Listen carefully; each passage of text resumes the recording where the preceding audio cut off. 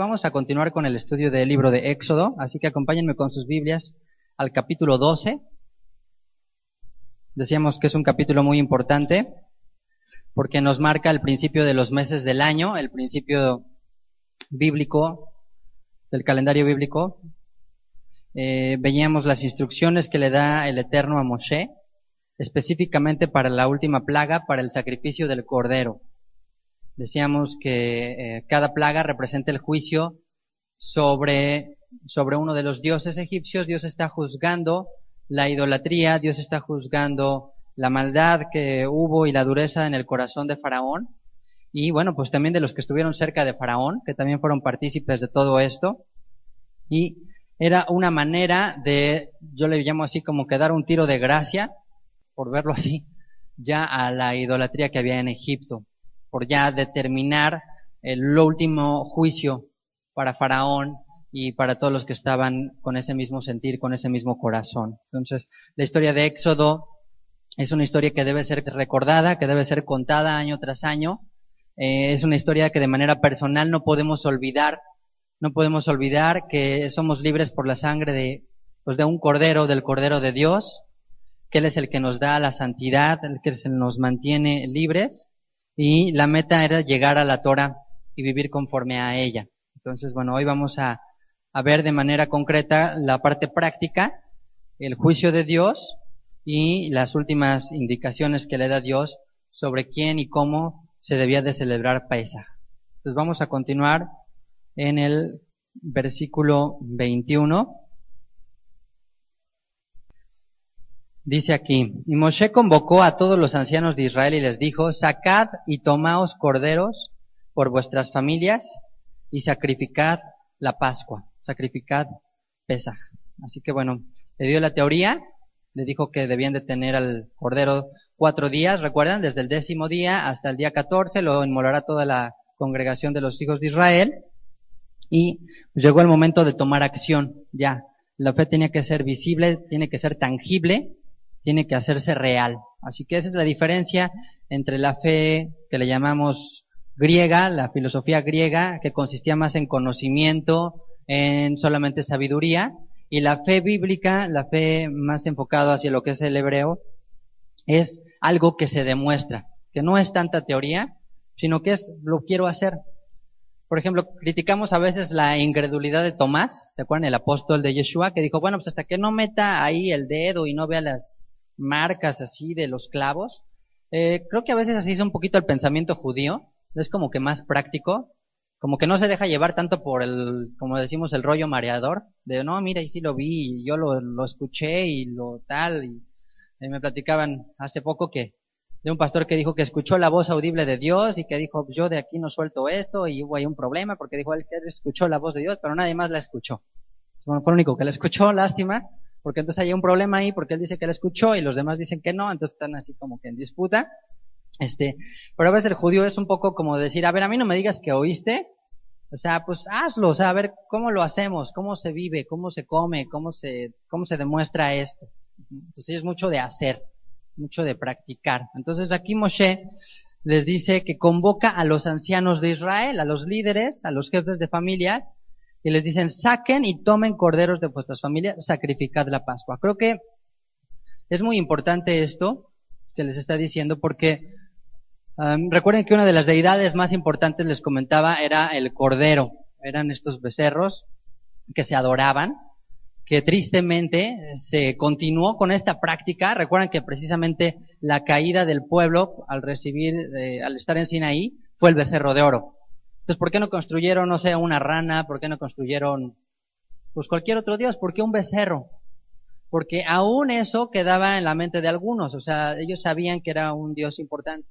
Entonces, el sacrificar estos corderos era también para definir quién sí le iba a entrar con todo y quién no. Porque imagínate que en tu mente, a lo que alguien consideraba como un dios, te dijeran, ¿sabes qué? Mátalo. O sea, mata a tu Dios, degüéllalo ahí, y además, para colmo, la sangre que derrame la vas a tener que darse una embarrada públicamente en las puertas, en los marcos, o sea, quedó así evidenciado que te estabas matando la idolatría. que querías irte con el pueblo de Israel. Y pues vamos a ver que eran multitudes las que salieron con los hebreos. O sea, no crean que fueron 20 familias o 30 familias de egipcios, fueron pues más de 500,000 de personas aproximadamente, de extranjeros que se unieron a Israel y que dijeron, nosotros también le entramos. Nosotros sí creemos que es mejor estar con ustedes que estar aquí aparentemente libres en Egipto. Que es mejor irte al desierto a buscar al único Dios verdadero que quedarnos aquí en Egipto con aparentemente las comodidades del mundo, pero pues estar lejos de Dios, de ese Dios que ya habían visto su poder. Entonces una cosa es conocer a Dios y una cosa es pues ya vivirlo en la fe. Y así se tenía que demostrar. Entonces era importante esto, incluso para los mismos hebreos que aún dudaran en su corazón si salir o no salir. Y ese es un momento a veces también difícil, ¿no? Porque, híjole, dices, ¿me iré o no me iré? ¿Será o no será? Es un paso de fe. Ellos iban a salir, pues a no sabían dónde. O sea, no había nada concreto. Por ejemplo, Dios le dijo a Abraham, deja tu tierra, tu parentela, yo te voy a dar esta tierra por heredad. O sea, como que lo fue guiando. Pero aquí Dios le dice a Moshe que salgan y no le da todavía como que las indicaciones tan claras, como que no le da la ruta. Vamos a ver así. Es más, la ruta que le da Dios a Moisés, vamos a ver que le dice en un momento, regrésate por acá, dice, para que Faraón piense que quedaron encerrados. Efectivamente, lo que hace Dios es encerrarlos. Vamos a ver incluso unas fotos de mapas de satélite, que sí estaban así auténticamente encerrados. O sea, hay evidencias, por ejemplo en Google Earth, pueden ver imágenes que estaban encerrados, y Dios los llevó ahí. Dios les llevó a esa ruta porque así quiso que fuera. Entonces Moshe convoca a los ancianos y les dice, saquen y tomen corderos de vuestras familias y sacrifiquen la Pascua. Entonces, si crees, si confías, hazlo de una vez, ¿no? Y bueno, es importante definirse, es importante dar estos pasos, ¿no? Y lo comento porque, pues aquí este capítulo nos ha hablado, por ejemplo, dice, este será el principio de los meses, ¿no? Aquí va a empezar el calendario, aquí se va a celebrar Pesach, de esta manera se va a hacer. Y aquí lo que está haciendo Moshe es precisamente eso. Es decir, tienen que hacerlo por ustedes mismos. Dios ya había hecho lo imposible. Dios ya había manifestado sus plagas, ya había manifestado los juicios. Pero aquí, en este último, ya le tocaba a cada uno hacerlo por sí mismo. Entonces, si alguien pues no estaba de acuerdo o no tenía esa certeza, decía, ¿sabes qué? Yo no creo que se haga así, o no, yo no creo que sea necesario, yo creo que Dios tiene otro plan para mí, que a lo mejor no es esta fecha, a lo mejor yo creo que el sacrificio tenemos que hacerlo tal día. Bueno, está bien. Ahora sí que en la época de Yeshua también había diferentes grupos, cada uno profesaba la verdad, lo celebraban en diferentes fechas, y creo que Dios los usó con un propósito a cada uno de ellos, ¿no? No era tampoco como que ya te cortes las venas, no, simple y sencillamente es, si tú estás viendo en la Biblia claramente o consideras que el calendario que seguimos, bueno, no es el más acercado, bueno, pues adelante, busca aquello en lo que tú creas que puedes estar más cerca de Dios. Porque la Biblia dice que el perfecto amor echa fuera el temor, porque el temor trae en sí castigo. Y si lo haces con temor, si lo haces con dudas, si lo haces así como que, híjole, no estoy muy convencido, la verdad es que no sé, pero bueno, lo voy a hacer, lo que va a provocar para ti va a ser temor y va a ser tropiezo para otros. Entonces vamos a ver que tristemente, aquí en el libro de Éxodo, algunos de los que salieron, por ejemplo, su corazón todavía seguía muy atado a lo que pasó atrás, a lo que estaba en Egipto, diciendo, ay, extrañamos esto, extrañamos las cebollas, extrañamos tal cosa y queremos esto y el otro, y fueron tropiezo para los demás. Entonces aquí, pues es un momento muy importante de definirnos cada uno de nosotros. Y no estoy casado con algo, yo creo que pues en su momento, como se los dije al inicio del ciclo de fiestas, podemos cambiar, podemos estar equivocados, pero bueno, pues tenemos que caminar en lo que hasta el momento Dios nos muestra. Entonces, bueno, si Dios le está mostrando a alguien diferente, pues a lo mejor por algo es también. Y si tú ya estás convencido en la Biblia de esto, pues yo sí te recomiendo y te pediría más bien, pues que te acerques a un grupo que predique eso. O sea, que vayas y que vivas tu fe al máximo. Porque si no estás haciendo eso, te vas a frustrar. Y de verdad que es horrible vivir una fe a medias. Como si, no sé, te metieras a para otra religión y tú en tu interior estás creyendo otra cosa, pues todo el tiempo vas a estar como que deteniéndote, pensando en tu corazón, diciendo, oye, no, se me hace que esto yo lo haría así, o se me hace que esto debería ser así, o se me hace que esto, no, esto no es correcto, esto sí, esto no, pues es muy complicado. Entonces, aquí Pesaj, por eso en última instancia lo hemos hecho así, ¿no? Como un punto de definirse, como un punto de decir, bueno, quien quiera abrazar el pacto, adelante, o sea, sin forzarlo, si quieres pensarlo, piénsalo, y tómalo. Porque la puerta está abierta siempre. Y yo creo que así es Dios. Dios nos deja las puertas abiertas para entrar y para salir. O sea, como que tampoco no nos tenemos que sentir, si aquí nací, aquí me muero. No, no, para nada. Sí les quiero pedir eso. O sea, si en tu corazón, pues hay cosas que en tu fe consideras que no te van a ayudar a crecer, que mejor busques un grupo que sí practique, que sí crea esto. Entonces, Moisés hace este llamado y les pide que hagan este punto que vendría siendo un parteaguas para el pueblo de Israel. Pesaj es un parteaguas para nuestras vidas. Así debería de serlo. Espiritualmente también debe de serlo. También debemos de considerarlo como el inicio de nuestra vida, como el inicio de cómo vivimos ya. Todo lo que vivimos antes no quiere decir que no valga o no importe, pero la vida espiritual empieza cuando reconocemos esto. Así como algún momento Dios le pidió a Abraham que sacrificara a Isaac, pues bueno, para muchos hebreos y para muchísimos egipcios, matar a su propio Dios y embarrar su sangre públicamente, dejar así manchada la marca de la puerta ahí, era decir, ¿sabes qué? Me estoy olvidando de todo lo que significa Egipto para mí. Ya no podrían regresar prácticamente después de hacer esto. Dice el verso 22, tomad un manojo de hisopo y mojadlo en la sangre que estará en un lebrillo, y untadle el dintel y los 2 postes con la sangre que estará en el lebrillo, y ninguno de vosotros salga de las puertas de su casa hasta la mañana. Era muy importante esto. El hisopo es una referencia a la limpieza. Entonces Dios les dice que tomen un manojo de hisopo, que el hisopo representa la pureza, representa la limpieza. Fíjense que el hisopo se consideraba como una hierbita muy vil, como que muy pues no sé, así como un zacatito de esos que nadie quiere. Era la más baja de todas las plantas. Pero era precisamente lo que les iba a limpiar. Entonces lo que los egipcios consideraban como lo peor, era justamente lo que iba a usar Dios para limpiarlos, para marcar los dinteles de las puertas. Y representa también el mismo Mesías. El Mesías es como ese hisopo que nos limpia, que nos lava. Dice el Salmo 51, límpiame con hisopo, ¿no? Lávame más de mi maldad. O sea, es la referencia. Y entonces decíamos que qué contradictorio pudiera ser que la sangre te limpie, porque decíamos que la sangre no se quita, o sea, te manchas la ropa o algo y ya no se borra, ¿no? Y si ya creo que ni con los detergentes de hoy. Imagínate en esa época. Entonces Dios les dice, tomen un manojo de hisopo, mójenlo, pónganlo en la sangre ahí, mójenlo, empiecen a untar como si fuera la brocha y marquen los postes. ¿Por qué los postes y el marco nada más? El suelo no, porque de manera simbólica representa que nadie puede pisar la sangre del cordero. Nadie puede pisotearla. Dice en Hebreos capítulo 10 que si una vez que hemos conocido la verdad tuviéramos por inmunda la sangre, es como pisotearla. Entonces la sangre no la podían poner en el piso, la podían poner arriba y en los marcos laterales, nada más. Dice el verso 23. Bueno, dice ahí mismo en el 22. Ninguno de ustedes salga de las puertas de su casa hasta la mañana. ¿Qué representa esto?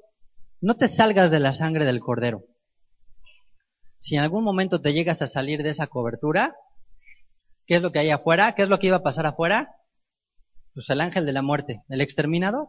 La Biblia dice también en el Brit Hadashah que el diablo está como león rugiente, buscando a quien devorar. Y generalmente el león se devoraba aquellos corderitos o ovejitas que se quedaban afuera, que se quedaban dispersos, que no se alcanzaban a meter al redil, o que se saltaban y se salían y se iban por ahí a la aventura, eran los primeros que se devoraban. Entonces aquí el consejo es, no te salgas de la sangre del cordero. Pase lo que pase, no niegues el sacrificio del Mesías, no consideres otro sustituto para ello. Porque bueno, hay pasajes, y es otro tema, que dice, ¿no? Que tú escucharás la oración y perdonarás el pecado, por ejemplo, ¿no? Y hay 2 o 3 pasajes más referencias similares que se usa hoy en día como para decir, bueno, ya no son necesarios los sacrificios, bueno, pues eran en ese tiempo, pero ya también decía Dios que le iba a escuchar la oración, y la oración va a traer perdón, pero sin derramamiento de sangre no se hace expiación de pecado. Tan tan, o sea, así lo dijo Shaul. Sin derramamiento de sangre no se hace redención, no hay perdón de pecados, así, punto. Entonces aquí le está diciendo, ninguno salga de las puertas de su casa hasta la mañana. Verso 23, porque el Señor pasará hiriendo a los egipcios, y cuando vea la sangre en el dintel y en los dos postes, pasará el Señor a aquella puerta y no dejará entrar al heridor en vuestras casas para herir. Fíjate, la señal para que tu casa fuera librada era la sangre. No era cuánto guardabas Torah, no era si eras primo de Moshe, no era pues cuánta Biblia te sabías, o sea, ahí no valía nada. Ni si eras rico, si eras pobre, no importa en dónde estabas. Lo único que valía en ese instante es la sangre del cordero. ¿No la tienes? Bye. Y ya vimos que si Dios estuvo dispuesto a destruir a Moisés, ¿se acuerdan? Cuando no hizo el Brit Milá de sus hijos, tú imagínate, tú y yo crees que un día no nos va a poder considerar como en la lista de, a ver, tampoco, pues sorry, tampoco, ni modo. Como dijo Yeshua, en aquel día muchos me dirán, en tu nombre echamos fuera demonios, en tu nombre hicimos muchos milagros. Y van a decir, nunca les conocí. O sea, nunca les conocí hacedores de maldad. Entonces aquí, aunque les dijera, oye, pues yo soy hermano de Moisés, así yo vi todas las plagas, ya pasé de 9 de 10, dices, pues ya pasé, ¿no? Es más, me ponen carita feliz. 9 de 10, pues buena calificación, pero no es 9 de 10. O sea, aquí en la fe, o es todo, o es nada. Así. Entonces, podrías haber librado las otras 9 plagas, pero si en esta no te aplicabas, te tocaba igual. Yo creo que les tocaba igual a los hebreos.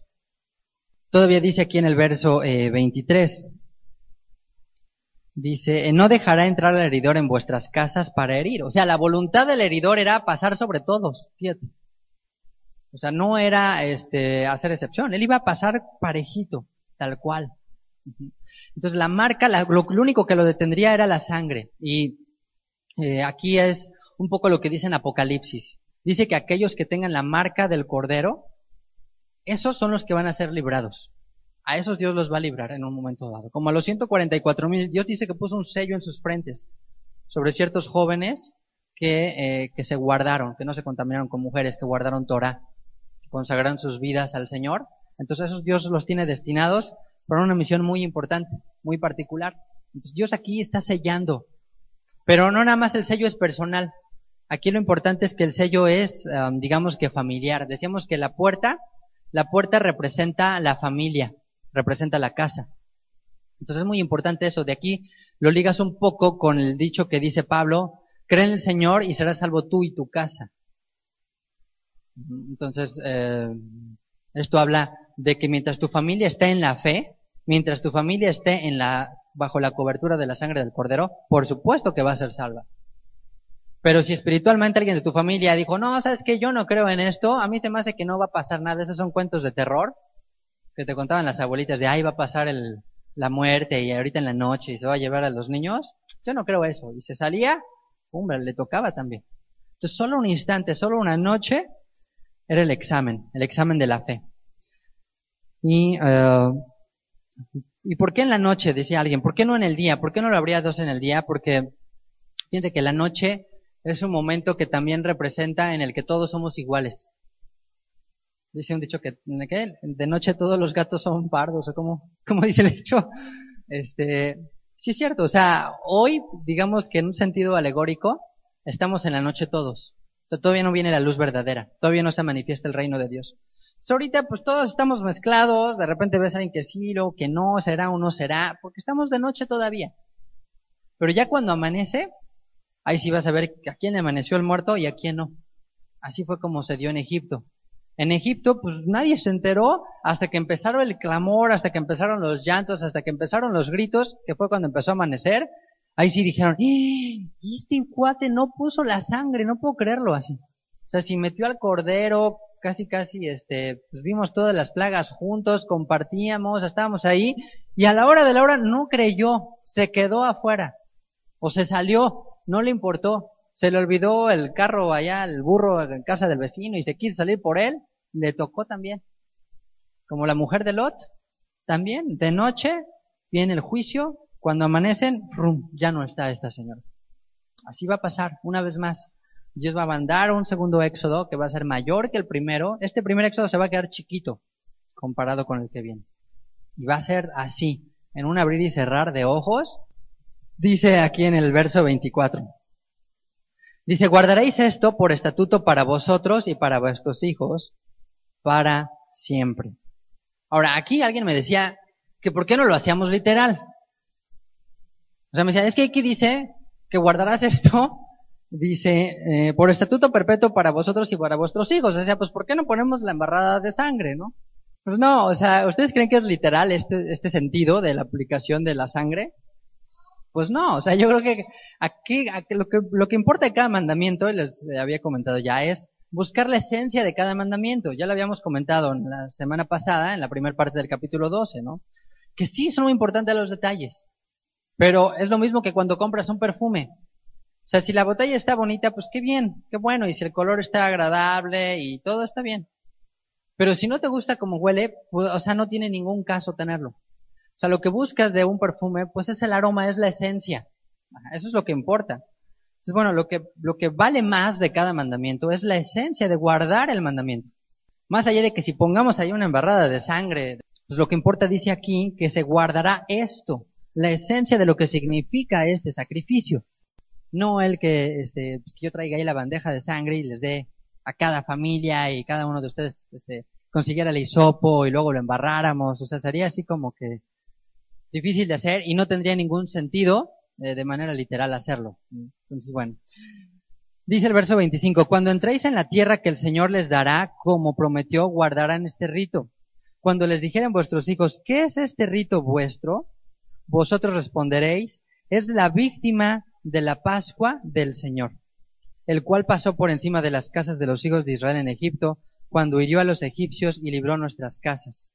Entonces el pueblo se inclinó y adoró. Fíjense, ¿cuál es el resultado cuando tú entiendes lo que es la liberación? O sea, cuando entiendes que Dios ya te rescató así de a gratis, lo único que te queda es adorarle a Él, es servirle, es agradecerle. Es decir, oye, estaba de lo peor, estaba perdido ahí en Egipto, esclavo, tú me rescataste, te tengo que agradecer.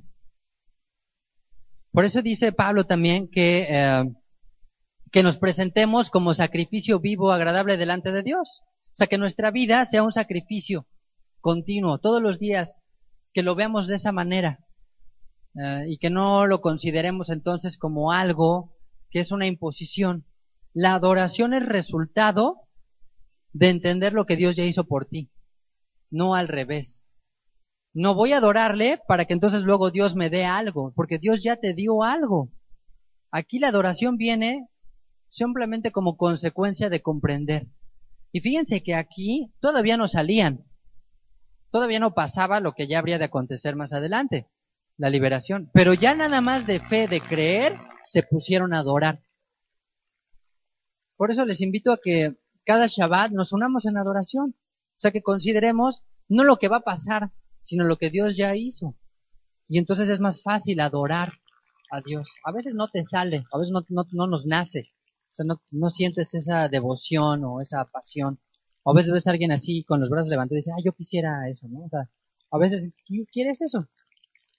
Y bueno, pues no es más que a veces considerar, recordar lo que Dios ya hizo por ti.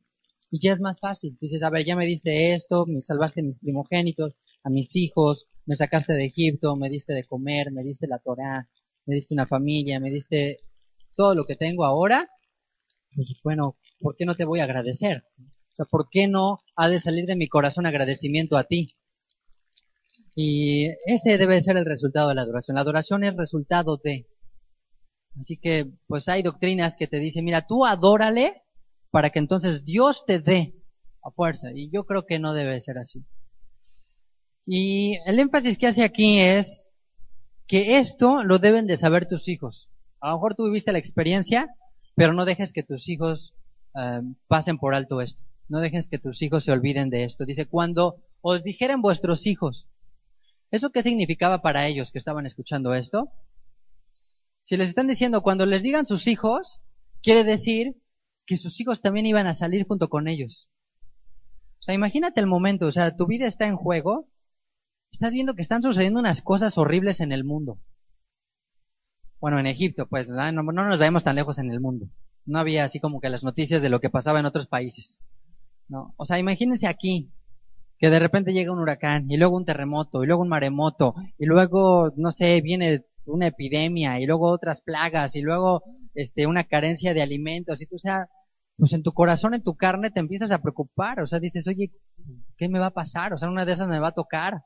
Y además, las autoridades, los gobernantes, ya te echaron el ojo, o sea, ya se van a ir sobre ti. Te preocupas, sientes temor en tu carne por tus hijos. Porque aquí muchos me dicen, mira, creo que yo podría soportar la tribulación, pero ya de pensar de que le hagan algo a mis hijos, ahí sí yo ya no la aguanto. Yo sí ya se me hace más, ese sí es tribulación. O sea, pues ya de que te toque a ti, dices, bueno, pues nada más afílale el hacha y ya, con eso me conformo. Pero ver que están torturando a tus hijos, dices, ah, no, ese sí ya me duele. Entonces aquí, cuando ellos escuchan que tus hijos te van a preguntar cuando estés en la tierra de Israel, significa, pues también están incluyendo a mis hijos. También mis hijos, me estás diciendo que también mis hijos se van a salvar. Wow, qué maravilla, qué bendición. Eso sería también un milagro. ¿Cuántas familias en el Holocausto, cuántos padres no sobrevivieron, pero no sobrevivieron sus hijos? Y la preocupación de todos los padres que estaban en los campos de concentración eran que mi hijo esté bien. ¿No? Quisiera volver a ver a mi hijo. Quisiera saber que algún día mi hijo va a salir de esto que estamos aquí viviendo. Entonces aquí Dios les dice a Moshe, y Moshe lo manifiesta a los ancianos, tus hijos te van a preguntar esto y los hijos de tus hijos. O sea, tus hijos van a sobrevivir y yo tengo esa fe. No digo que no tenga esa preocupación en algún momento, pero tengo esa fe de que seremos salvos yo y mi casa. De que también nuestros hijos van a salir junto con nosotros. Que no se quedará ni uno de ellos. Y que también nuestros hijos nos llegarán a preguntar, oye, ¿por qué pasó esto, esto y esto? Ah, pues porque quiere decir esto, hijo. Entonces, Pesaj es un momento muy importante y didáctico para las familias, para los hijos.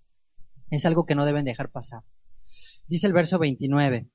Aconteció, ahora sí, viene el momento ya. El momento del juicio de Dios. Aconteció que a medianoche el Señor hirió a todo primogénito en la tierra de Egipto. Desde el primogénito de Faraón que se sentaba sobre su trono, hasta el primogénito del cautivo que estaba en la cárcel y todo primogénito de los animales. Y bueno, pues qué momento tan fuerte y qué momento tan triste. La verdad es que creo que de lo último que le desearía a una persona en esta vida, la verdad, sería que perdiera a su hijo. O sea, yo creo que ahí sí sientes que es de los peores castigos que puede haber en la vida, ¿no? O sea, dices, bueno, pues que se metan a la cárcel o que lo maten, ¿no? Pero, híjole, perder un hijo, qué fuerte es, ¿no? Y fue esto la única manera que Dios encontró de quebrar la cerviz de todos los egipcios. Qué triste, digo, además, porque se pudo haber evitado esto. Dice Dios en Jeremías, yo sé los pensamientos que tengo de ustedes, pensamientos de bien y no de mal, para darles a cada uno pues, lo que desean, lo que hay en su corazón. O sea, el pensamiento de Dios no es de continuo mal, sino es de continuo bien. No es como el corazón del hombre. El pensamiento de Dios es pensando que nos vamos a arrepentir precisamente, o sea, creyendo, teniendo fe en que aún en el último momento nos vamos a arrepentir. Y bueno, pues aquí se da el trágico evento de que no fue así para Faraón. Fue demasiado tarde y eso es, y yo espero que te dé temor, y eso es por la consecuencia de un corazón endurecido. Por nuestro orgullo, por nuestra soberbia, con quien lo pagamos es con los hijos, ¿no? Mi mamá, la verdad es que siempre me decía eso, siempre me lo dice, me dice, uno lo paga con los hijos, así. O sea, uno lo paga así. Pasan los años, ahorita están chicos, ahorita no hay bronca, espérate tantito después, y ahí es donde se te cobra todas. Dice, porque ahí es donde te duele. Entonces aquí el corazón endurecido, el corazón duro y terco, ¿dónde lo terminó pagando Faraón? Con su propio hijo. ya no con él mismo. ¿Ustedes creen que a un faraón no hubiera dado su vida por la vida de su hijo? Por supuesto que lo hubiera dado. Y todos los egipcios que estaban ahí sufriendo ese momento también lo hubieran dado. Y si yo les preguntara si ustedes lo harían, yo creo que también lo harían. Yo creo que no hay padre que no diga estoy dispuesto a darme mi vida por mí. Sería muy raro ya así encontrar a alguien que no. Aunque bueno, puede haber excepciones, pero por regla general, cualquiera daría su vida por su hijo. Y pues bueno, Dios cumple su juicio, Dios cumple su palabra, mata a todos los primogénitos, dice, desde el primogénito de Faraón que se sentaba sobre su trono, hasta el primogénito del cautivo que estaba en la cárcel. El comentarista Rashi dice que esta es una referencia a Israel, que también a Israel le tocó. Porque hay otros que dicen que no, que a partir de la tercera plaga Dios hace distinción entre Goshen y Egipto, entre los hebreos y los egipcios, y que a partir de la cuarta plaga pues ya no les tocó. Pero yo no creo, yo sí considero que también a los hebreos les tocaba esta plaga si no ponían la sangre. Yo creo que así es. Y pues viene el castigo tan fuerte, y es como dar un golpe a los cimientos de todo Egipto, porque yo les decía que todas las cosas materiales, todo lo que había pasado en Egipto, el ganado, las úlceras, el agua que se convirtió en sangre del río Nilo, ¿no? Lo que comió la langosta, el granizo, todo eso era sustituible. O sea, pasaba el tiempo y lo podías recuperar. Es más, te podías ir a vivir a otro lugar, aunque quedara destruido ahí, y dices, bueno, pues ya se destruyó esta ciudad, me vamos a la que sigue y reconstruimos. Pero las personas son insustituibles. Las personas es lo más importante. Más importante que los ministerios son las personas. Entonces, para aquí, pues por eso es el castigo tan fuerte. Porque no había manera de reemplazar. ¿O sí? ¿Ustedes creen que es reemplazable alguno de sus hijos? ¿Se los intercambiamos por algo? Pues no, es imposible. Y ya no lo puedes recuperar, se acabó. Se murió y ya no hay más. Ni aunque tengas más, ya no es primogénito. Ya no hay más. Dice el verso 30, se levantó aquella noche Faraón, él y todos sus siervos y todos los egipcios, y hubo un gran clamor en Egipto, porque no había casa donde no hubiese un muerto. Y bueno, se dice que incluso aquí se evidenciaron las infidelidades de muchos. Porque de repente se murieron algunos que decían, bueno, ¿esto por qué se murió? Pues es que era el primogénito de menganito de tal y no se sabía, ¿no? O el primogénito de tal señora, que en este caso se considera que era hacia la mujer, y pues bueno, pues era primogénito, pues también se murió. Entonces todavía peor, ¿no? O sea, como que además del dolor y la tragedia, la vergüenza quedó ahí clara, pues de que pues, había infidelidades entre ellos, y también murieron. Y no nada más las personas, dice que también los animales. Y bueno, ¿por qué los animales? Porque también los adoraban, porque también eran venerados, pues también el castigo de Dios vino sobre eso. O sea que Dios manda juicio sobre todas las manifestaciones de la naturaleza, ¿no? Animales, plantas, el aire, el agua, el fuego, todo tiene control Dios. Y quería dejar en claro que no existía nada fuera de él. Dice el verso 31, e hizo llamar a Moshe y a Aarón de noche, y les dijo, salid en medio de mi pueblo vosotros, y los hijos de Israel, y servid al Señor como habéis dicho. Así que, pues se cumple lo que le dijo Moshe. ¿Se acuerdan? Le dijo, tú eres el que nos vas a pedir que salgamos. Ya no te lo vamos a decir nosotros. Ahora tú eres el que lo vas a pedir. Y tal cual se cumplió. Híjole, qué fuerte es. Por así como Pedro, que dijo, mi vida voy a dar por ti. Y yo no te voy a negar. Dijo, no me vas a negar. Tu vida vas a dar por mí, pues me vas a estar negando tú. Antes de que cante el gallo ya vas a caer. Bueno, pues aquí igual Faraón. Pensó que su soberbia y que su altivez no iba a haber nada que lo hiciera quebrantar. Dijeron, pues como sea, ahora nos morimos aquí todos, pero no se van. Dijo, sí, pues no te vas a morir tú, se van a morir tus hijos. Y algunos se preguntan, ¿por qué Faraón no murió? ¿Por qué creen que Faraón no moriría si él era primogénito? Se considera que esa fue la excepción de la regla. Que como se dice que toda regla tiene excepción, que Faraón fue la excepción de la regla. ¿Para qué? Lo dejó vivir para que viera, ahora sí que contemplara con sus propios ojos lo que Dios le había dicho que habría de acontecer. Para que él mismo percatara su propia dureza. ¿Cómo? Al irlos a perseguir todavía después. Y entonces ver lo último que quedaba de Egipto, totalmente ahogados. Y decíamos que esta frase es importante cuando les dice, id, servid al Señor como habéis dicho, porque decía Maimónides que uno de los mandamientos cuando se liberaba un esclavo era decirle, vete, eres libre. Se lo tenía que escuchar y tenía que haber testigos. Y decíamos, ¿por qué? Pues ya, ¿por qué lo tenía que decir? ¿Por qué tenía que haber testigos? Para que el corazón de la persona liberada quedara con paz. Para que en su conciencia no quedara algún indicio como de, híjole, pues me escapé, ¿no? O me rebelé, lo convencí, o yo me gané mi liberación, ¿no? Yo me gané, yo hice mis méritos, yo negocié y le dije, ¿sabes qué? Sí, puedo salir. Dice, no, de voz del amo, el esclavo tiene que escuchar, sal, eres libre. Y entonces en su mente y en su corazón iba a acontecer un cambio mental, un cambio de ánimo, un estado diferente, decir, sí, cierto, ya estoy libre, debo de olvidar que antes era esclavo y ahora soy una persona diferente. Entonces, esa era la intención, que ellos escucharan de voz de Faraón, váyanse, ya, no los queremos, eres libre. Dice el verso 32, tomad también vuestras ovejas y vuestras vacas, como habéis dicho, e idos, bendecidme también a mí. Pues bueno, continúa con el mismo sentir de, ¿sabes qué? No me arrepiento, o sea, de decir, bueno, pues ya que vas por ahí, pues también bendíceme a mí. A ver qué puedo tomar, vivir la fe de otra persona. Decíamos que eso es sinónimo de dureza de corazón. Alguien que te dice, oye, vamos a la congre, no puedo, pero ahí te encargo tus oraciones, ¿no? ¿Sabes qué? No ores por esa persona, porque está endurecida en su corazón, no quiere cambiar. Quiere que le hagas el favor, como si fuera una palanca ahí con Dios, que le metas carta de recomendación de parte tuya a Dios, de oye, échale la mano, ¿no, Dios? Pues claro que no. No puedes decir eso. La fe no se puede vivir en una tercera persona. Dios no tiene nietos. Tiene que ser personal, tan. Entonces no puedes decir, oye, bendíganme por ahí, no hay en el camino, a él les encargo. O sea, digo, no puedes decir que le digas a alguien, ora por mí, oremos, ¿no? Pero cuando la dureza es, ¿sabes qué? No. O sea, pues si tú crees en eso está bien y pues ya si quieres ora por mí o ahí te encargo tus oraciones. Entonces, una vez más, Faraón sigue su corazón duro. Ya. Eso es lo triste. Que el corazón puede estar quebrantado, pero sigue siendo piedra.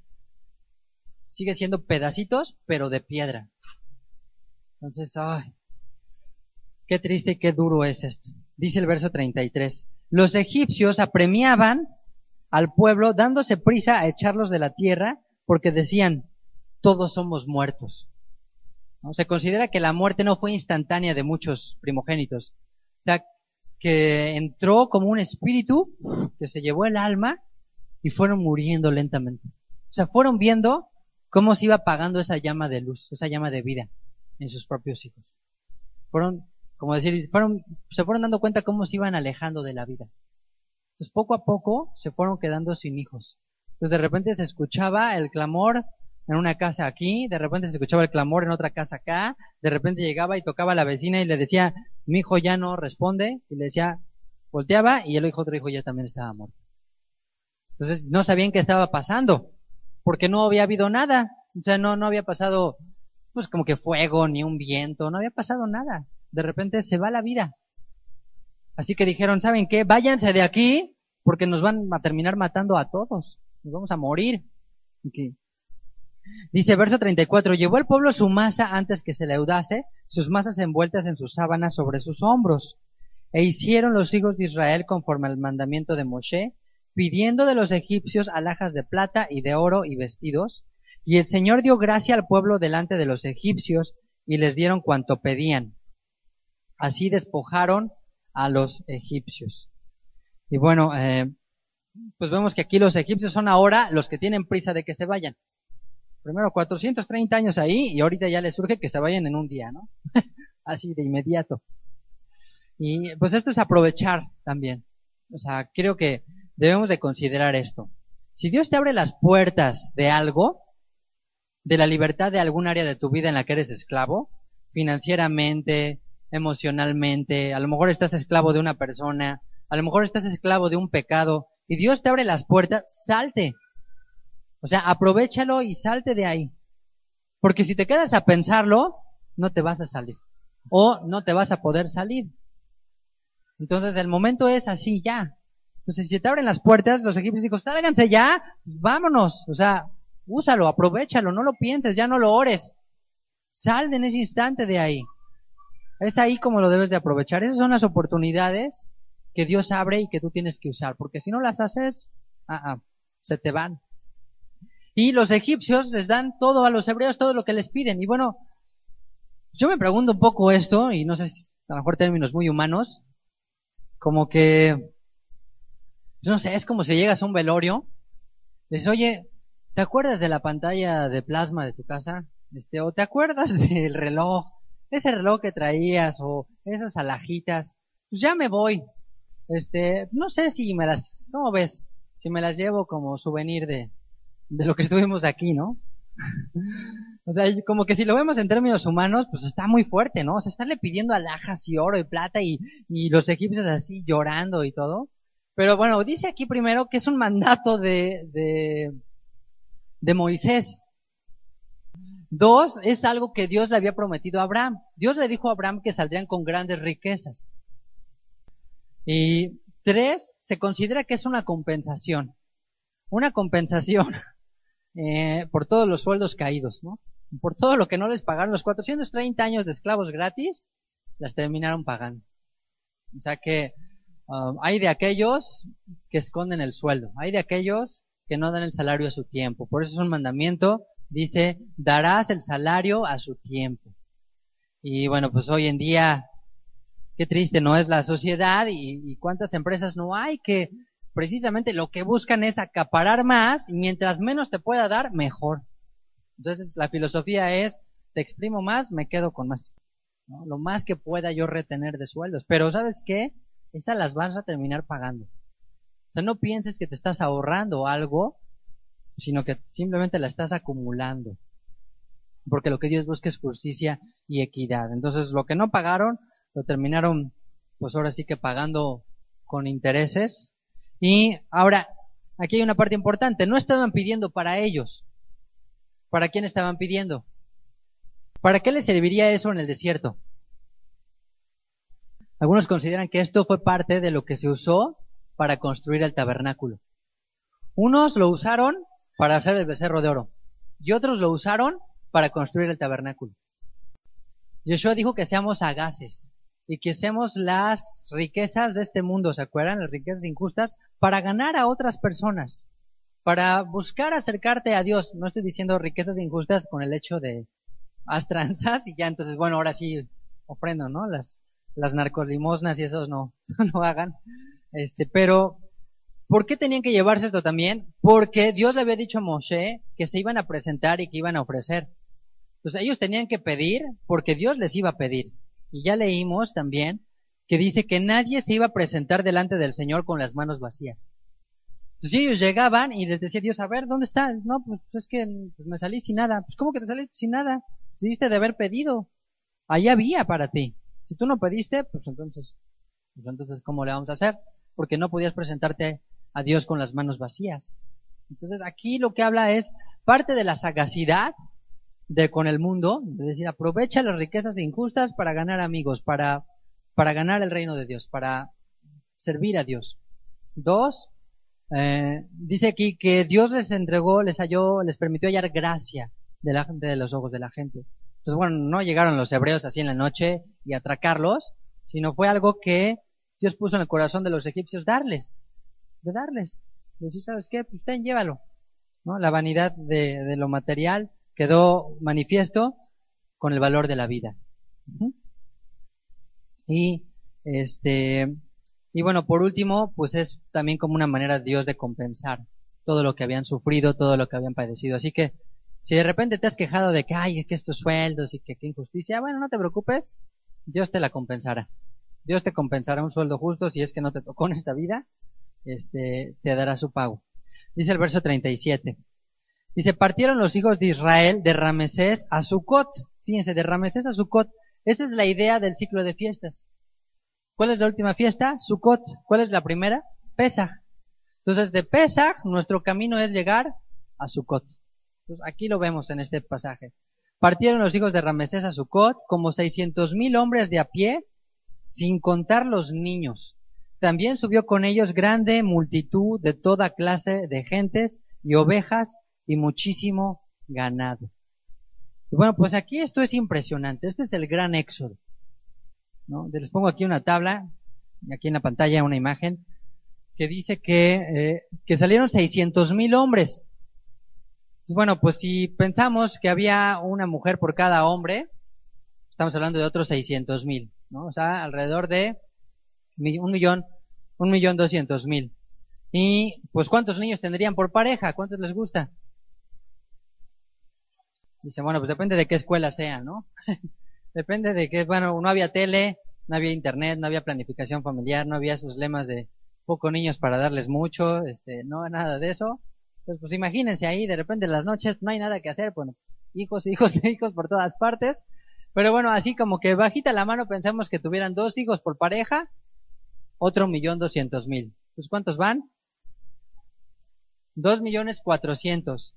Y la multitud que dice era de extranjeros, o sea que era una multitud incontable, pues algunos consideran que era más de 500,000, o sea alrededor de 600,000.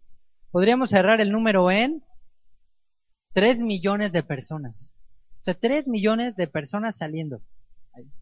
Mínimo, sí, mínimo, por ahí. Y además dice todavía que salió, pues dice ovejas, muchísimo ganado. O sea, imagínate 3 millones de personas caminando así, directo a la libertad. ¿Cuántos habitantes hay en esta ciudad? Más o menos. ¿Cuánto? ¿Como 1,000,000? ¿1,600,000 ya? No, como 1,000,000, ¿no? Alrededor del 1,000,000. Imagínate 3 veces esta ciudad, así, todos los de esta ciudad, todos que salgamos así al éxodo. ¿Cómo estarían las calles? Así, así, ríos de gente. O sea, hay países, por ejemplo, creo que Nueva Zelanda creo que tiene 4 millones de habitantes. Y hay muchos países de Europa que también son entre 4 y 5 millones, de los más pequeños. O sea, países enteros saliendo hacia el éxodo. Se consideraba que 1 de cada 4 habitantes de Egipto era hebreo, era israelita. Y bueno, yo más o menos lo estimo así en los números de la descendencia de Abraham hoy en día. Hoy se cree que hay 7,000 millones de habitantes en el mundo. Ahora, fíjense, aquí dice que son 3 millones de personas. Pero dice en Jeremías capítulo 16 que el segundo éxodo va a ser mayor. O sea, este éxodo va a ser así chiquitito comparado con el éxodo que viene.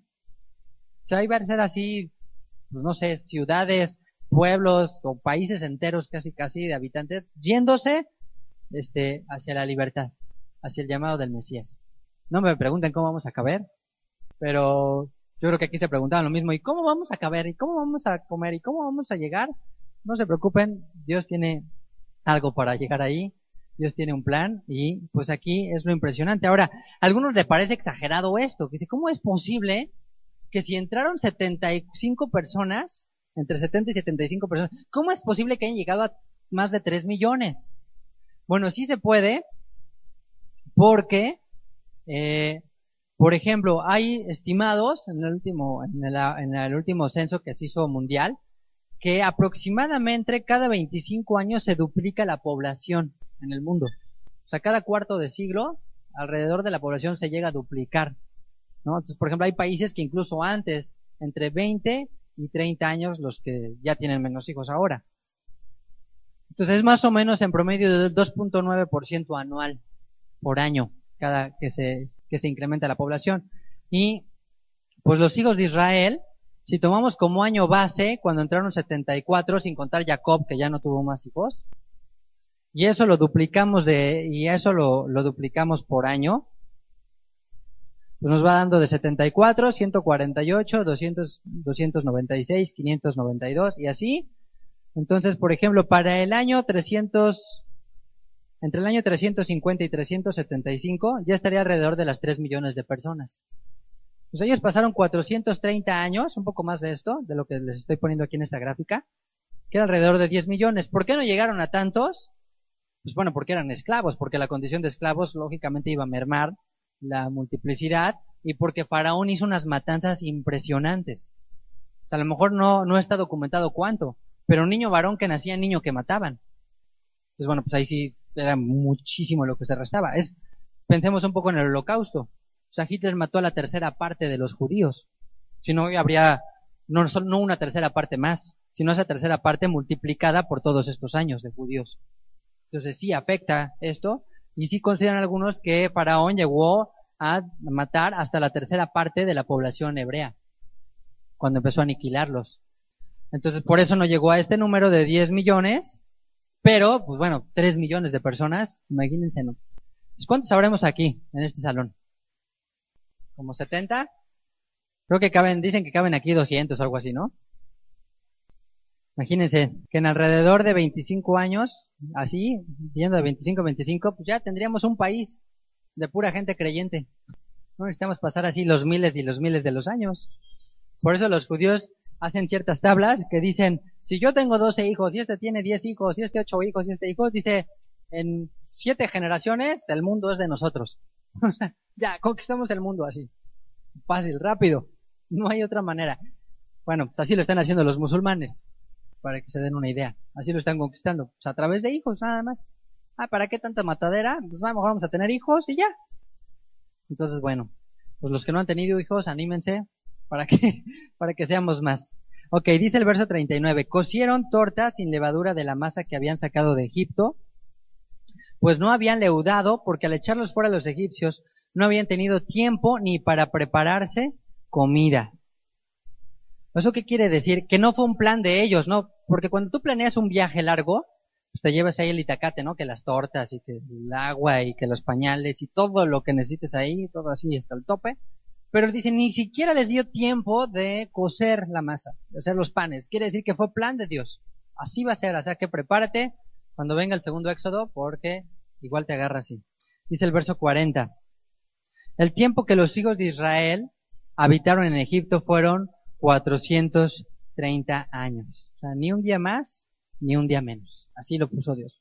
Y pasados los 430 años, en el mismo día, todas las huestes del Señor salieron de la tierra de Egipto. Es noche de guardar para el Eterno, por haberlos sacado en ella de la tierra de Egipto. Esta noche deben guardarla para el Eterno los hijos de Israel en sus generaciones. Dice, y Hashem dijo a Moshe y a Aarón, esta es la ordenanza de Pesaj. Ningún extraño comerá de ella, mas todo siervo humano comprado por dinero comerá de ella, después que lo hubiere circuncidado.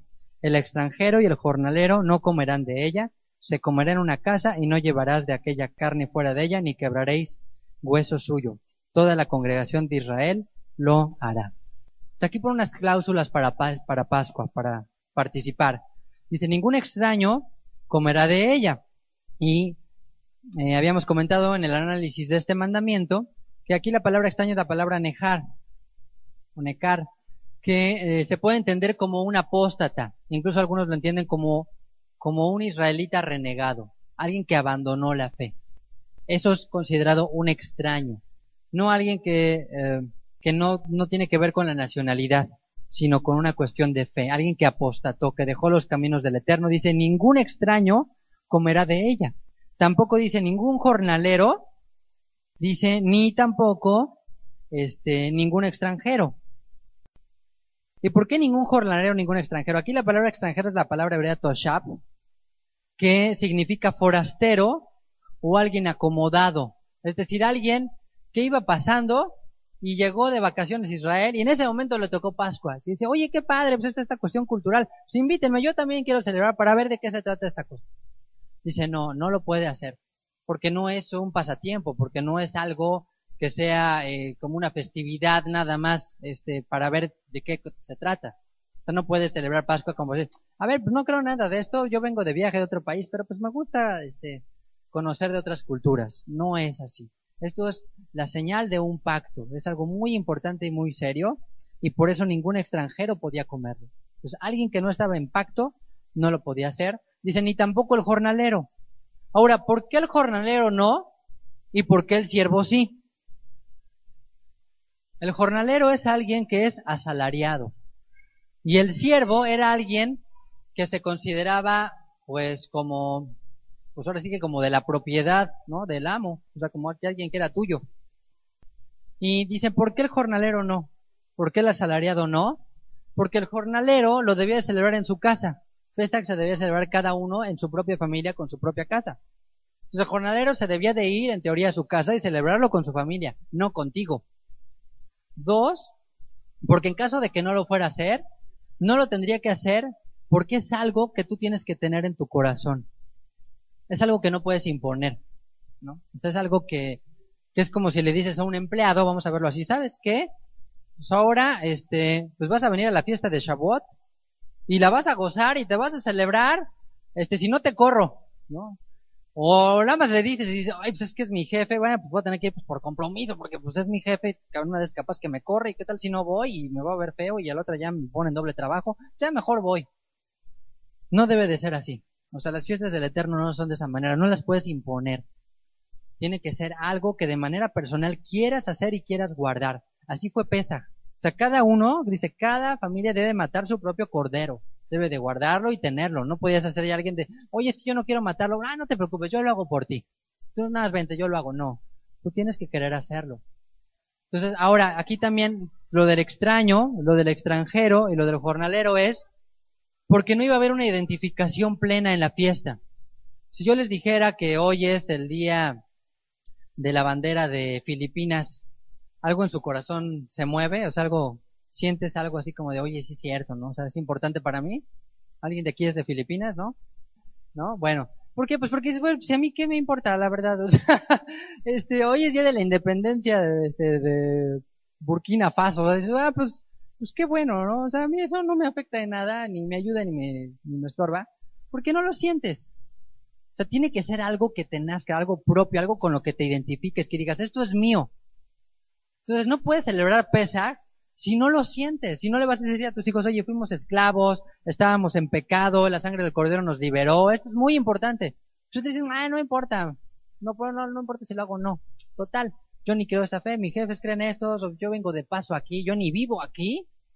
Por eso, a veces hay gente, ¿no?, que nos pregunta de si puede invitar a alguien en Pesaj, y le decimos, ¿sabes qué? No puede ser. No puede ser por estos principios, porque tienes que guardarlo con devoción, con respeto, con santidad y con compromiso. Dice aquí, se comerá en una casa, no llevarás de aquella carne fuera de ella ni quebraréis hueso suyo. ¿Qué quiere decir? Que no se podía decir, ¿sabes qué? Estamos cenando aquí y yo me llevo aquí un itacate y me voy a casa de Menganito para seguirla pasando, a ver cómo la pasaron. No había recalentado, no podías hacer eso. Donde empezaste, ahí debías de terminar. Porque si te salías, pues ahí está el ángel exterminador y entonces te tocaba. Y eso habla de unidad.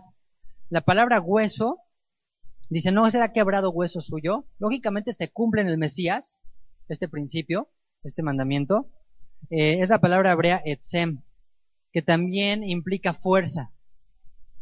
También implica cuerpo, el cuerpo en sí. Entonces lo que habla dice, no quebrarás el cuerpo. No vas a dividir lo que te une, que es la fuerza. Se traduce como vigor, como la sustancia de una persona. Porque el hueso es como la parte interna, como lo más adentro de alguien. Como la estructura, como la base, como lo que te sostiene, esos son los huesos. Entonces dice, no rompas el hueso, porque lo que rompes es la estructura. Cuando rompes la estructura de alguien, de algo, ya no va a funcionar. Entonces, el que alguien se saliera de Pesaj o que alguien rompiera los huesos es como romper la estructura. Dice, no se dividan, no se separen, manténganse en unidad, manténganse en una casa, cenen juntos. Ahí está su fuerza. Hueso significa y representa fuerza. No rompas los huesos porque vas a romper tu propia fuerza. Cuando lastimas a algún hermano en la fe, te estás lastimando a ti mismo porque es tu propio cuerpo. Estás rompiendo la estructura que tú mismo haces. Por eso a veces tienes que considerar lo que dices o lo que haces. Porque a veces cuando nos quejamos de la congregación o de algo, tú mismo estás quebrando tu propia congregación, tu propia fuerza, tu propia estructura. Y dice ahí mismo en el verso 47, toda la congregación de Israel lo hará, mas si algún extranjero morare contigo y quisiera celebrar la Pascua para el Señor, séale circuncidado todo varón, y entonces la celebrará, y será como uno de vuestra nación, pero ningún incircunciso comerá de ella. La misma ley será para el natural y para el extranjero que habitare entre vosotros. Entonces aquí está marcando que el Brit Milá es como el pasaporte a Pesaj. El pacto de la circuncisión es lo que te da entrada a la celebración del Cordero de Pascua. No son las normas de una iglesia, no son pues del mandato de un pastor o de un rabino, es lo que dice aquí. ¿Y por qué es tan importante aquí la circuncisión? Porque representa el compromiso de salir, representa el compromiso de sacar tu carne, de romper con la carne y buscar lo espiritual. Pues sí hay evidencias que incluso muchos egipcios se circuncidaron en ese momento para decir, nos vamos también vamos a salir con ustedes, también vamos a participar de esto, como hoy en día se sigue haciendo en todo el mundo. Cada año muchas personas, muchos varones se circuncidan antes de Pesaj, como una señal de que es en serio lo que quieres con Dios, porque si no, pues siempre queda ahí como que la duda, ¿no?, de si eso no es. Pero esto es algo, un compromiso con Dios. Dice aquí que incluso los extranjeros que moraren contigo lo podían hacer. O sea que Pesaj no es que esté cerrado. Pesaj son puertas que están abiertas para todos, bajo las cláusulas que el Señor pone. Aquí la palabra extranjero es la palabra ger, que es alguien que habita en el pueblo y que acepta las leyes del pueblo, como en el caso de Ruth. ¿Se acuerdan? Ella hizo una confesión que es una conversión. Tu pueblo será mi pueblo y tu Dios será mi Dios. O sea, así tal cual. Pues bueno, en el caso del varón, lo que se pide pues es el Brit Milá, que no es una imposición, es simplemente un compromiso con Dios, el cual trae muchos beneficios, ¿no? Ya eso sería después otro tema de platicarlo, pero era muy importante. Entonces dice aquí, la misma ley será para el natural y para el extranjero que habitará entre nosotros. Entonces no hay dos leyes.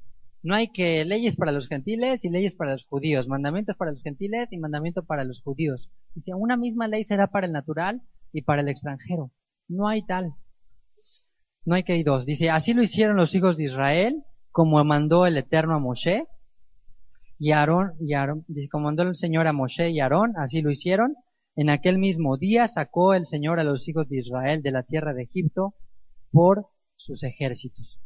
Entonces, ¿cómo los veía Dios? Como un ejército, así como disciplinados, como que en el mismo sentir, con el mismo corazón, con la misma unidad, queriendo obedecer al mismo rey, al mismo comandante, al mismo Señor, diciendo, estamos dispuestos a hacer todo tal cual como lo dijo Dios, a tomar el cordero, a sacrificar el cordero, a guardar las fiestas del Señor como les había mostrado, los días que les había mostrado, a poner la sangre del cordero y dejarse marcar por ese cordero, a salir con el pueblo, a circuncidarse como todos los varones hebreos lo hacían, y en ese momento lo sacó Dios. Pues Dios cumple su parte, Dios cumple sus fechas, y a nosotros nos corresponde pues cumplir las nuestras.